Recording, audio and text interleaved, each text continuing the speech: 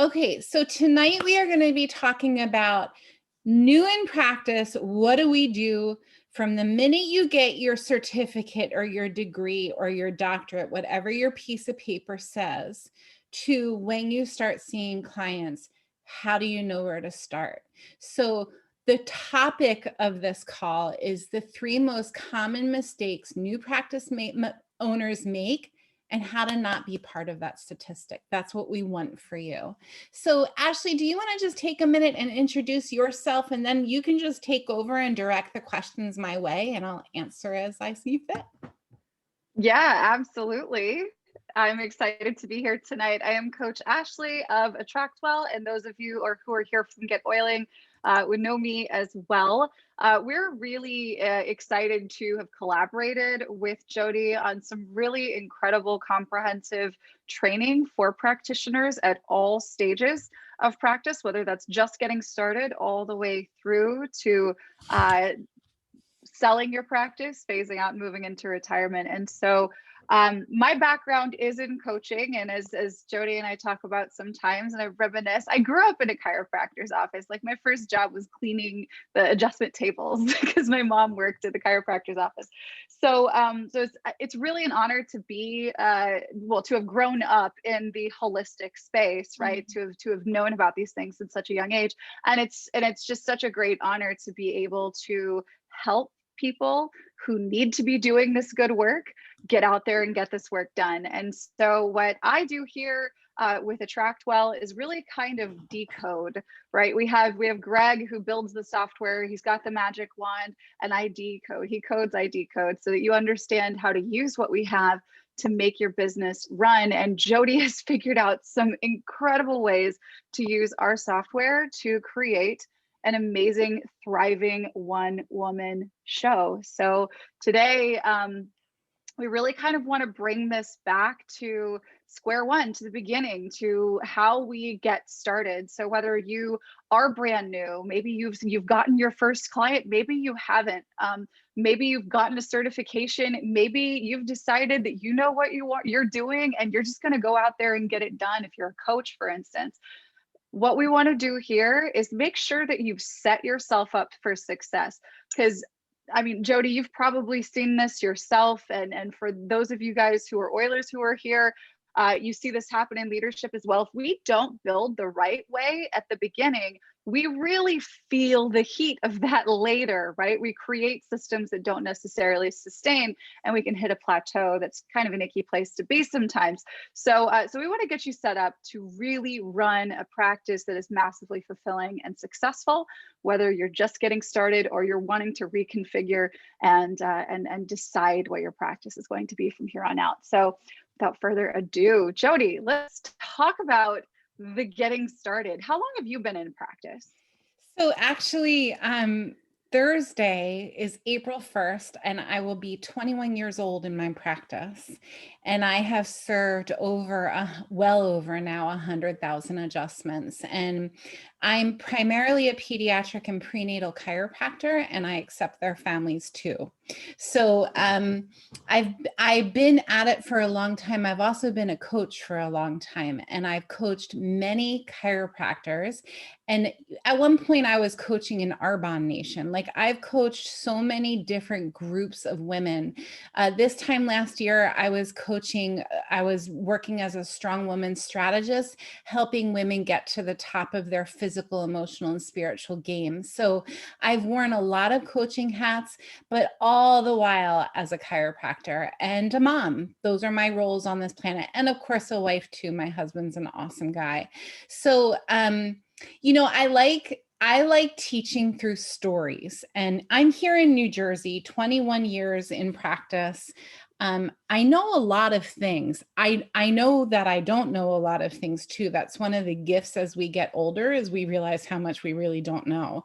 And there's nothing worse than being on the other end of a initial consultation with a coach, or a teacher or a doctor or a mentor that you're thinking about hiring, and all they do is talk. and they have an agenda, and their agenda is the priority of the conversation, and you're at their doorstep saying, I need the service that you offer. I need help with X, Y, and Z. Let's just say, for example, that we're talking about fitness, and I go to hire a coach to teach me how to do let's say 5 workouts a week. I've got a lot of emotional stuff around it. I've got lots of stories about not fitting into my skin, and even more, not fitting into my jeans. I am I'm standing at the foot of a guy, a male coach, and for me that's a big deal. That's a really vulnerable place to be. And I say to this person in the 2 minutes I have to tell my story, I need help. I'm broken. I don't know where to start. And for the rest of the 58 minutes of the free hour, this person talks and tells me their agenda and why their papers are so important and why they're the best coach on the planet. And then I never hear from them again. And I leave that experience or that exchange feeling unseen, unheard, and insignificant. Would I hire that person? Hell no, right? However, the antithesis of that is last night actually I interviewed somebody. I've written a book. We're going to set it to publish. I interviewed a book coach. He showed up 2 minutes early to our meeting. He asked me to tell him all about it. I told him all about it. Before we even met, he sent me an email telling me how excited he was. His brand was all over that email. We had our meeting, and our meeting consisted of me talking until I was done talking. I had nothing else to say, and him leading me through an exercise that was really, really powerful. Not only did I walk away from that experience with him learning something new, but I also saw his position of authority in the world of coaching me to get my book published, right? And then not only did that all happen, I have goosies right now, guys.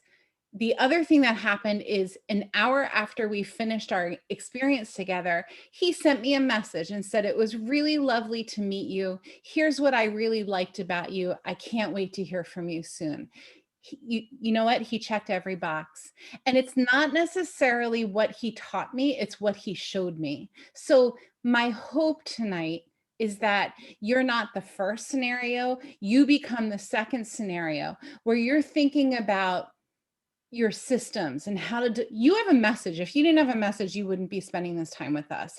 You have a message that needs to be shared with the world, and there's never been a better time for you to be sharing it, right? So I want to help you start to think about in the next 50 minutes how to say what you have to say, when to not say anything, when to listen with your ears, when to listen with your heart. If you're a hands-on practitioner, when to listen with your hands, and how to stay the heck out of your own way. Because that first person could have been the #1 fitness coach in the world. I still wouldn't have hired him because I didn't feel seen.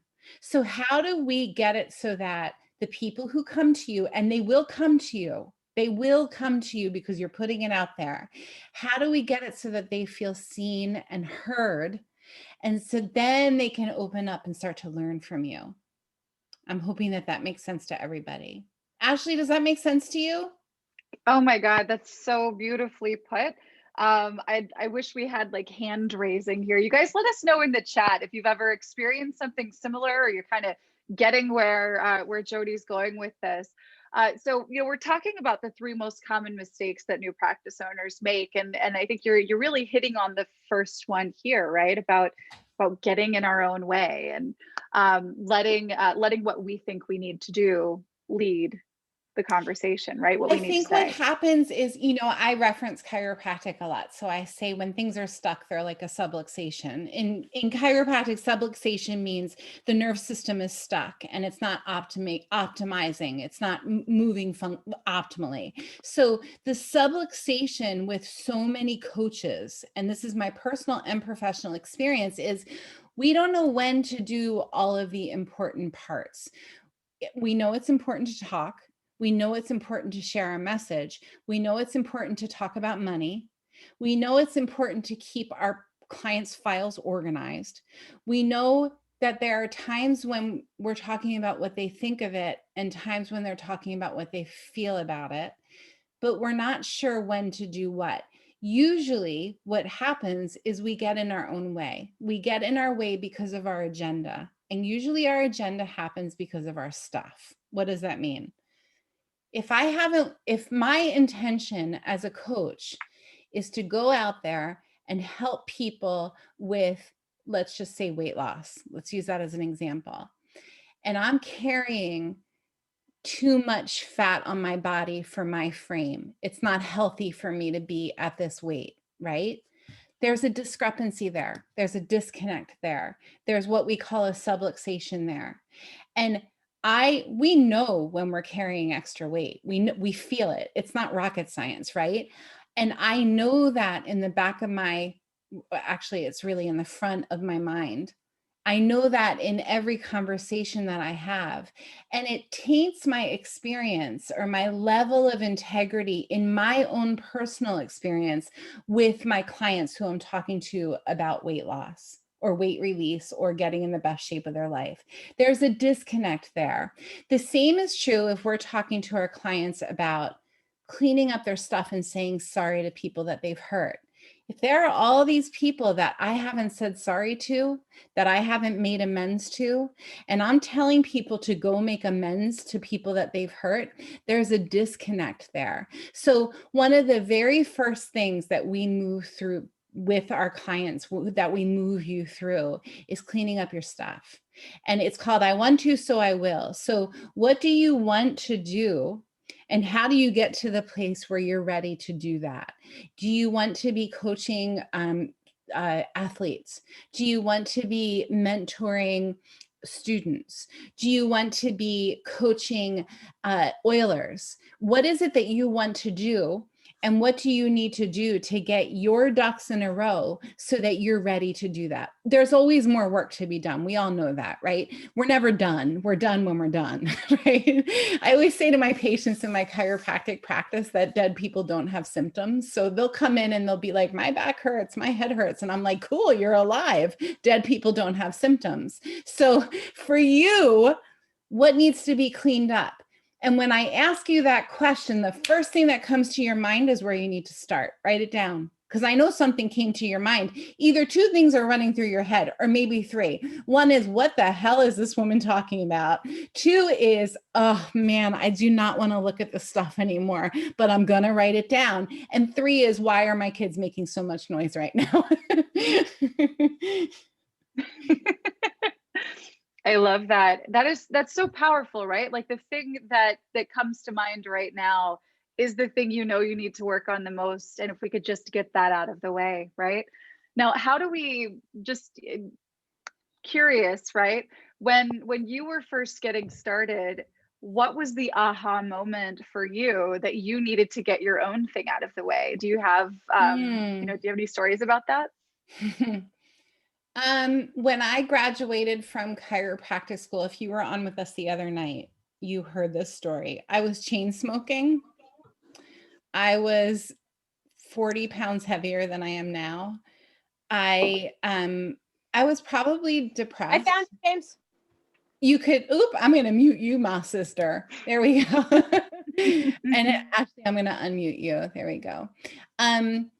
I was probably, what happens in graduate school is you get pushed to your very limit on physical, emotional, spiritual, career, relationships, family. Like they push you and push you and push you until you break, so that then you can take all of the pieces and put them back together again and serve from a whole place. That's what chiropractic school was about for me. It wasn't about the studying and the books and the labs and the diagnosis and the all of that stuff. It was about being pushed as hard as I had ever been pushed in my life for 6 years. I studied twice as hard as my classmates because I am not a book smart person. I'm a people smart person, right? So when I graduated chiropractic school, I was broken. I was starting at square one. I didn't have a penny to my name. I was at the worst health of my life, and I could only go up from there. And that's what I did. I started to build. I always share this with people who get to know me. I got sober when I was 19. I've been sober for 29 years. And my sobriety, in the beginning of my sobriety, I used to travel around with the Grateful Dead. I was that was my whole world. And when I stopped that life and I got sober, I found this group of women who they taught me how to get up and speak appropriately and sit properly and eat properly. And I had to learn everything all over again. And if you had what I want, there was this humility and this desire that I still don't know where it came from, but I still wake up with it every day. Where if you have what I want, Ashley, you're an example of this. You have what I want. So I'm going to do what you tell me to do. And I have not looked back since. I always have people in my life who have what I want, and I do what they tell me to do. I emulate until I feel like it's part of my skin, until I feel like I've integrated the lessons, right? And we always have the right teachers show up at the right times. You guys know that. So did I answer your question? I think so. Yeah, I think so. So where we're at this point is, first we want to not get in our own way, and the way to do that, it sounds like, is to examine what that thing that is that comes up for you, right? Yeah, there's one other big piece, and I'm actually going to screen share with you guys for a minute. It's looking at your time. Like if you're this is what I call a time map. Actually, if you guys drop your email in the chat box, I'll send you a copy of this time map. So basically what this is my schedule. This is where I am, what I'm doing at any given moment. The blank spots, like this is there's blank spots, there's nothing I have scheduled in here. That's my time to just be in a creative place where I have nothing at all scheduled.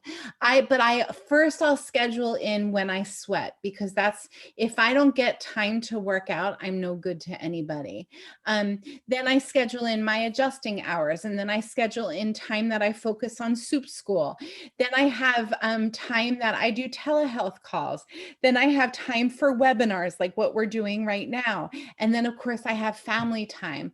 My favorite time, obviously, is my nothing at all time. So let's say if something big comes up, and something like, actually this happened today, I had to move my adjusting hours this afternoon to this day. So you know what I did? I took this nothing time and I put it over here. This is called a time map, and this helps me stay out of my own way. Because here's the deal, y'all. Left to my own devices, I will be rocking in a closet, literally with Post-its all over me, right?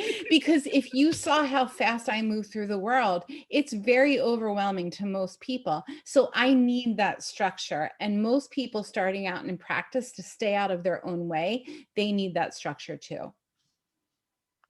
Wow, guys, make sure if you're here, you're paying attention, put your email in chat and you're going to get access to that. I have never seen time blocking done that way. That is so cool.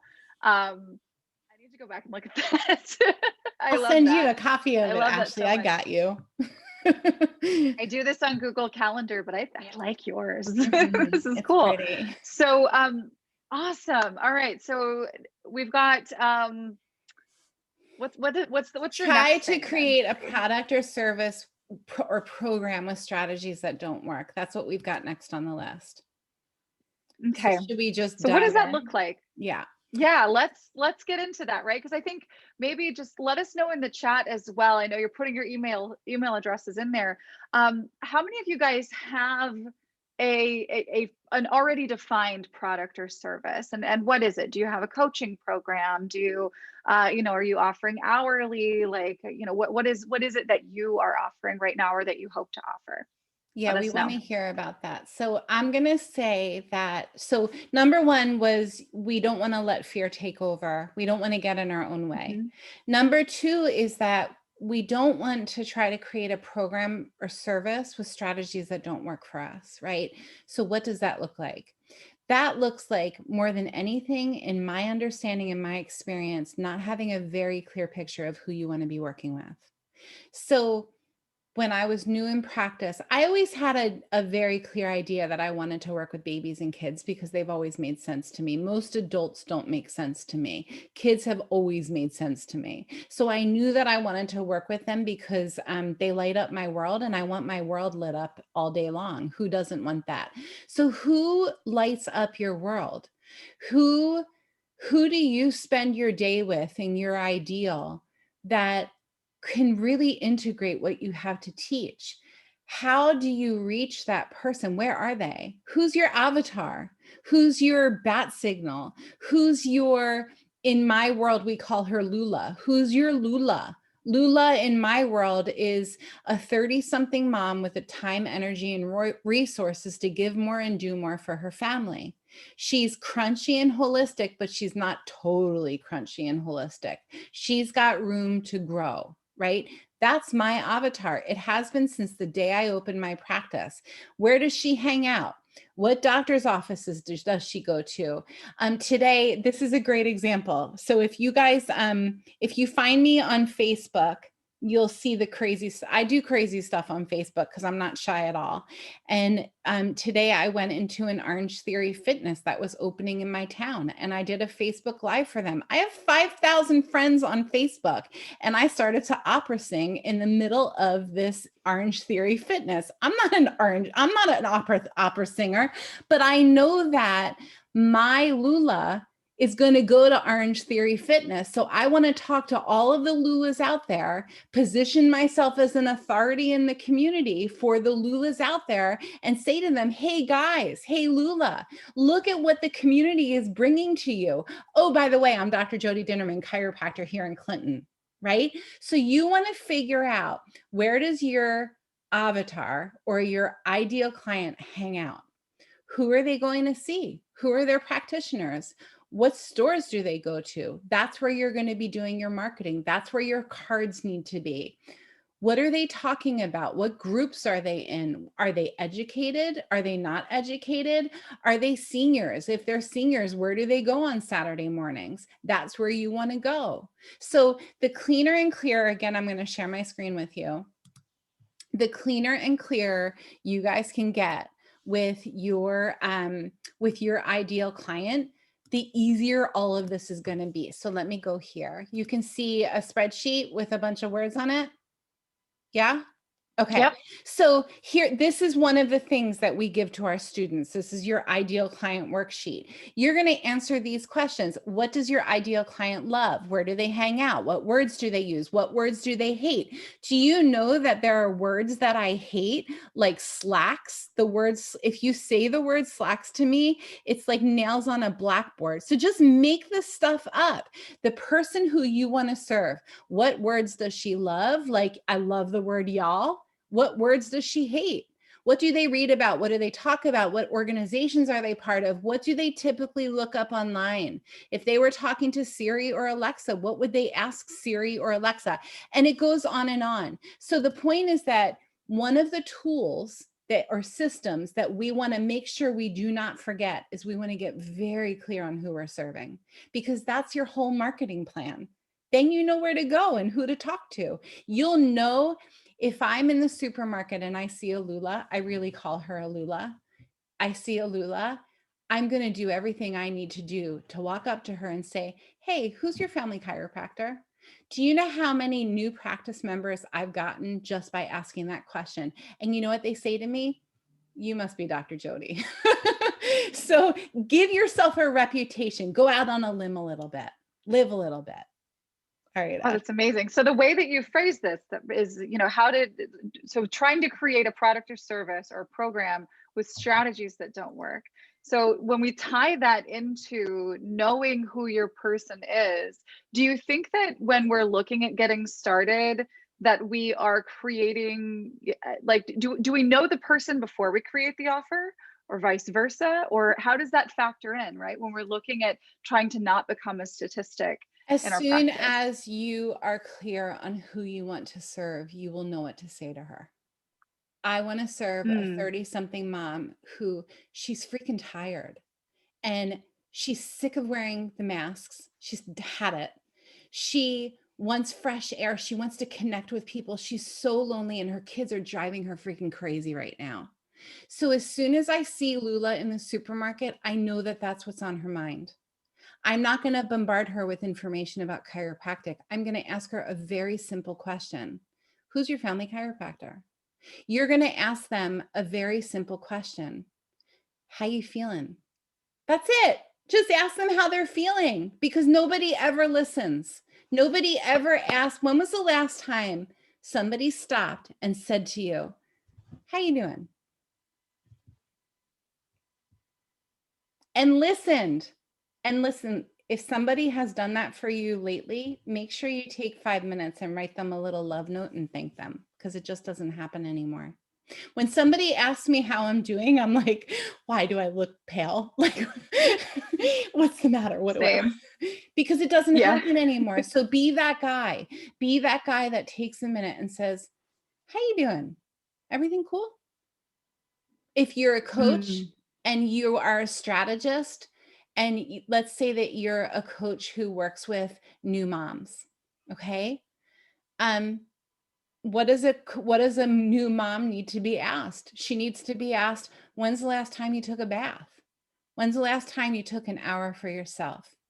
Are you thirsty? Are you drinking water? Did you eat enough food today? Just ask one question about them, but you have to know who they are first. Wow. Wow. I hope you guys are picking up on something that Jody is doing, but didn't even necessarily say. This is about questions, Yeah. right? Because listening.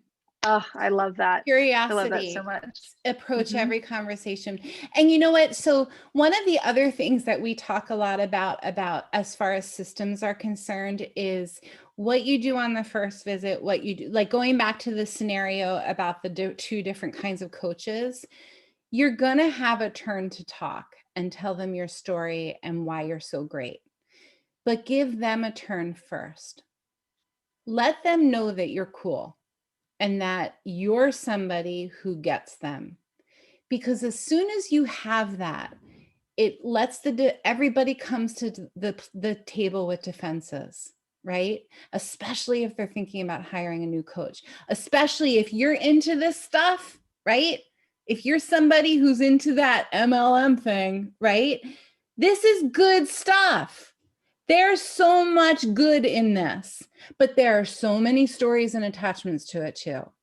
So if you listen to where they're at and what they need, and they know that you're listening, there will be a window that starts to creep open so that you can tell them your story. And all you need to do is tell them your story and how this has changed your life. This has changed my life. Honest to God. This has helped me quit smoking. It's helped me lose the 40 pounds. I mean, not this specific oil. This, I'm saying in general, using my plant medicine, right? Using my plant medicine. It has changed my life. And it continues to change my life. I sip on peppermint oil. This changes my physiology. The vibration of what's in this cup is changing my cells as I'm talking to you. How powerful is that? But if this is the first time that I'm talking to you, you're going to think I'm batshit crazy. Excuse my language. If I start talking this stuff to you, and I haven't, I haven't listened to you yet. I haven't listened to you tell me your story yet, and why your cells need to be shifted. Right? So, sorry, I cursed. I know I'm not supposed to do that.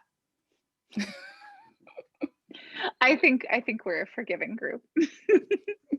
So I love that so much, so very much, and I hope you guys are writing that down. Let people talk first, ask questions. I love it. I'm just So trying to let's talk think if about. there was Mm, anything else. Ideal client, I talked about time. Um, you the mentioned third, systems. let's go into number 3. Hmm. So the third thing is You don't want to have systems that spin you around and around and around. What does that mean? What do you do on the first visit? What do you do on the second visit? What do you do to continue your education with your new clients? Do you put them on a campaign? Do you, when do you check in with them to see if they're happy with your care? How do you know, how do you grade yourself? How do you get a report card? What systems do you use to, what are your checks and balances for your productivity and their productivity? I have these systems in my practice.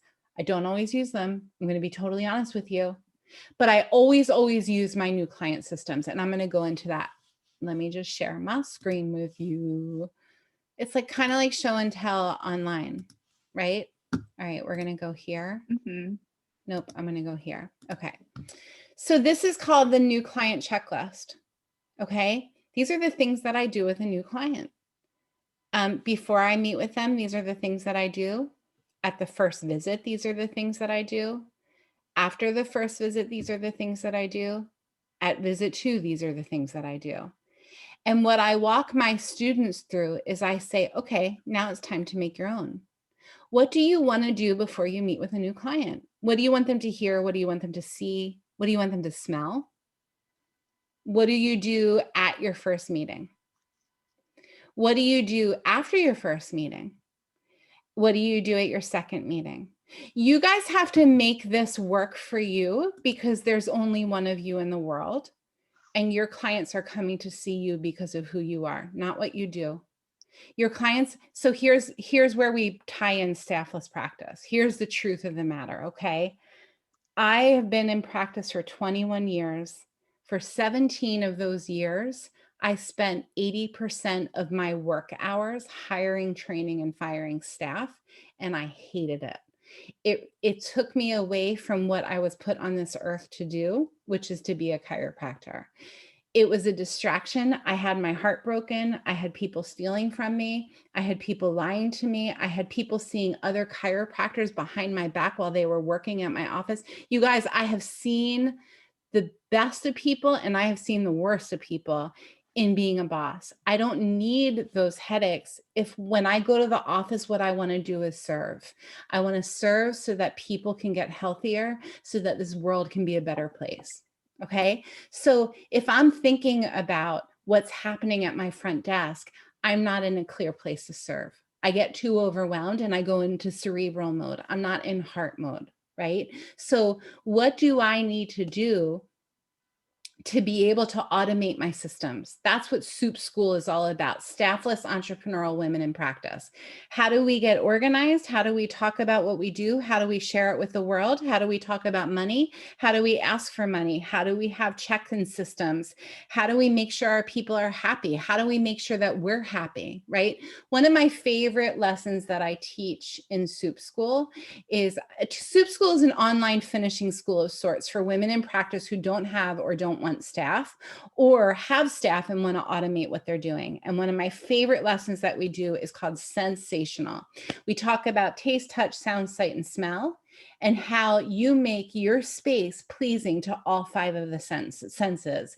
Because I'm going to tell you right now, if you see people in person, some of you won't ever see people in person, but if you do, there are people, I remember when I was 8 years old, 7 years old, I used to go to Dr. Tierney's office in Plainsboro, New Jersey, and I remember the lollipop sitting on his counter. I remember it clear as day, but I don't remember my house when I was 8 years old. But I remember the lollipop jar sitting on Dr. Tierney's counter. Do you know why? Because I'm run in this world by my sense of taste. That's why essential oils are so important to me, because I dab peppermint oil on my tongue all day long. As soon as I taste something, it changes the channel for me and changes my experience on this planet. You're going to have clients who are oriented by their sense of taste. So best that you cater to them. You're also going to, like with snacks, right? I want a snack when I go into somebody's office. I want to be at least offered a snack, right?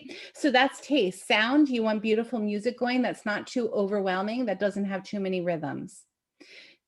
Site. You want a beautiful office that's not too overwhelming. Don't you want to come hang out in my space? It's yummy and delicious, and this is my online office. So if you're doing Zoom calls, I know that they say like keep things really simple and make sure there's depth perception and all of these things, but show who you are in your Zoom room, right? I'm not a big fan of the screens. Like people can see me. They can see if you're a visual learner and you're moved through the world with visual senses. I'm stimulating you right now by looking at my background. Okay? So that's taste, smell, sight, touch. If you're hands-on, there are a couple of things for you to think about. I know I'm going off track, but this is really good stuff. Never palpate too hard. Never have perfume on your body because a lot of people hate the way it smells. Even if you think it's the most lovely Ralph Lauren perfume on the planet, because there are a lot of people who don't like it. If you have long nails, make sure they never dig into somebody's skin because it's just gross. Okay, so that sense of touch. Make sure if you're touching somebody, you say, I'm going to touch you now. You give them a heads up and make sure your hands are clean. Always, always clean hands. So that's touch. Smell. Guess what I'm going to talk about? Make sure you have the most lovely of essential oils diffusing at all times. And you can use different essential oils in different parts of your space to set the tone for that space. If I have a new client area, I'll diffuse lemon or orange oil to wake people up, to brighten, to stimulate the sense of awaken. Right? If there are kids in the room and I want things to go calm, I'll diffuse lavender. If I'm about to talk about money, I'll diffuse abundance. I may diffuse peace and calming, whatever it might be. So you can play with the sense of smell. It's very, very powerful for so many reasons. So these are the things that you want to think about. These are the systems that you want to start to think about. And you want to work that muscle. You want that muscle to be strong. Okay, Ashley, where are we going here? Oh, I'd love to talk just a little bit more about systems, right? So if somebody Uh-huh. who is just getting started in practice, what are some of the key systems, especially maybe focusing on folks who are working more digitally right now?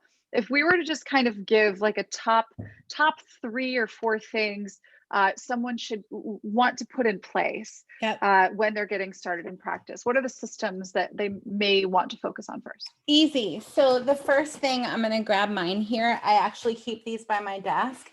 The first thing is to have a really clear checklist of what you want to do with your new clients. So get really clear on the systems. I like pen to paper. So this is my new client checklist. And if I did a telehealth call here at my home computer today, and I literally pull this out, I write the person's name down and I go through the steps that I need to take. So make sure you have a checklist of before you meet with somebody, during the first meeting, and after the first meeting.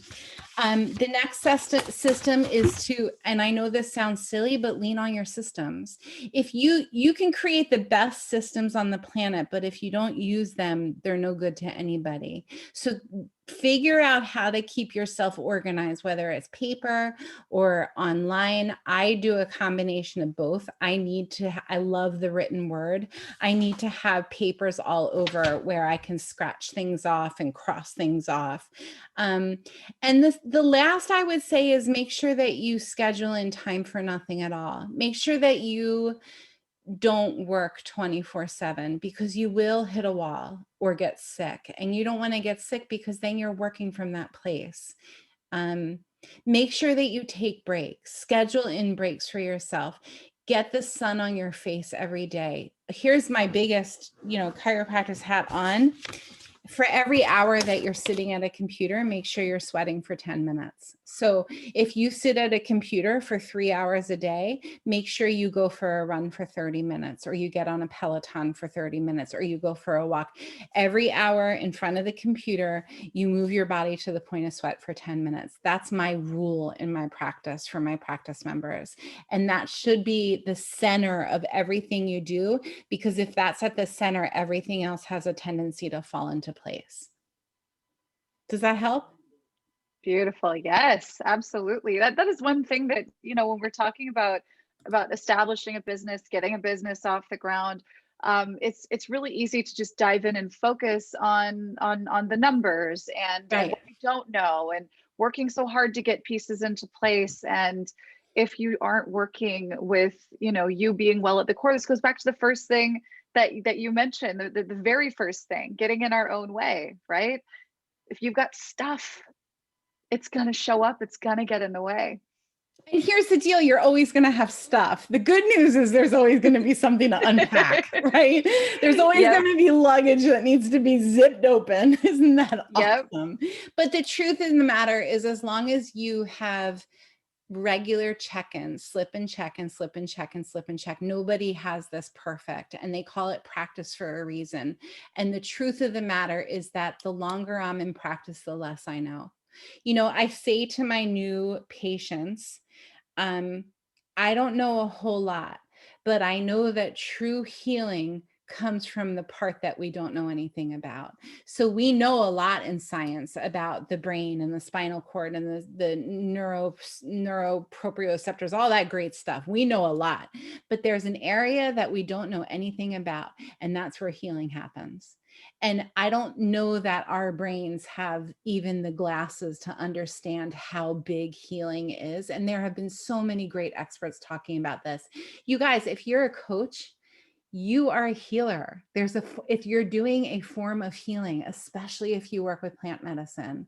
So know that you have to be able to look in the mirror and be proud of who you are. You have to make sure you're walking your walk, because it will be transparent. You will be transparent as a coach. And you got to take time. You got to take those 10 minutes of every hour and get outside and move your body. All right, so we've talked a little bit. You've mentioned a little bit about Soup School, and you've even shown some pictures and some tools, and even picked up and shown some of the checklists that live inside of there. So just to kind of preface, because we want to talk about something that we've put together for you guys, right? And it was rooted in Soup School. And I know you mentioned the acronym. Remind us again, what is the acronym for Sure. SOUP? SEWP. So staffless entrepreneurial women in practice. Here's the gist of it. Spring of 2020, and I'm sorry if this is redundant and you heard this the other day. People knew that all of my colleagues knew that I was running a practice without staff, and they started picking my brain and asking me, how do you do this? How do you do that? And it became more and more apparent that it was time for me to step up and to create solutions for people who wanted these systems. And I created a school with all of the content. So I called Get Oiling, I called the Jane app, I called all of the big teachers that have really inspired me and changed my life within the chiropractic world, who work with all kinds of practice owners. And I said, do you want to come teach what you're really good at in my school? And they all said yes. They jumped. And that was the birth of Soup School. That was a year ago. We've been alive since January 1st was our official launch date, and it has taken off, and people could not be happier with what we're doing. So what we did, Ashley dropped a little seed there. And what we did is we put together a very specific course for new in practice. It's called New in Practice, Ready, Set, Go. And I'm actually going to screen share with you guys. And if you have any questions as we're going through the different moving pieces of New in Practice, Ready, Set, Go, just stop me. So New in Practice, Ready, Set, Go is all about what we've been talking about tonight. What we don't want to see happen is we don't want to see you coming from a place where you don't feel like you have the direction that you need. We don't want you spinning your wheels. We don't want you to be without a vision or a mission. We want to make sure that you have the right words to say to the right people. That's your ideal client. What do you say to them? Where do you even start with them, right? We want to make sure that you're not serving the wrong people with the wrong tools and spending time, money, and energy to go in circles and circles and circles and circles. And let me just say one more thing. I'm going to stop share for a sec. I have spent probably over $100,000 on coaches, paying for people to tell me how to get this right. And square peg, round hole, square peg, round hole, square peg. No matter what I did, I couldn't figure out how to run a practice and be happy in my practice and in my skin with staff there. I just sucked at it. I didn't like it. And no matter what words I use or what script I used, I couldn't get it right because it wasn't right for me. It's not that I couldn't get it right, it was that it wasn't right for me. So what I wanna see more than anything is I wanna see you fast forward that process to figure out what's right for you and what's right for your practice. And that's where new and practice ready, set, go comes into play. So what do we want? We want you to feel like you got it together, that you're ready for practice because you have a big message to share and you know you will we want you to know how to share it. We want you to feel really confident in your skin with these systems. So what's the deal? How do we do it? We start with I want to, so I will. That's the lesson that helps you figure out what do you want to create for your practice and what do you need to do to get it going. Then we go into talking about core values. Your core values are the foundation of everything you do for your practice. You already have core values. You may just need to realize what they are. And then what will happen is your core values will become a sounding ground for all of the decisions that you make in practice. Your mission statement, which we teach you in Mission Accomplished, is your core values tied together into a statement that you have all over your brand. So your mission statement it'll be 3 or 4 words that are your core values stringed together. Your ideal client, we've talked about that. How do you discover your ideal client? We have a whole lesson about that. Then we help you figure out what is your practice purpose and what is your practice vision and what's the difference between the two. We then go into the new client experience. The new client experience is like, what are you logistically, what are you doing with your new clients? When do you talk? When are you quiet? And these are all things that you're going to be triggered to figure out to fit into your skin for your practice. The new client checklist, we're going to help you to create that checklist. We're going to help you to create your new client emails. Ashley comes in the most powerful, beautiful way to teach you how to do campaigns, to teach you how to do a saved reply and attract well or get oiling, whichever one you use. What is attract well? Attract well is the twin program of get oiling. It's just unbranded for non-oilers. We teach you how to do your brand, and that's all Ashley. She comes in and she teaches you how to use Canva like a boss. Canva's like an artist palette for creating a brand and your signature and your logo. It is such a cool lesson. I think of all of these things, that's my favorite lesson, Ashley, and you're teaching it. So Oh,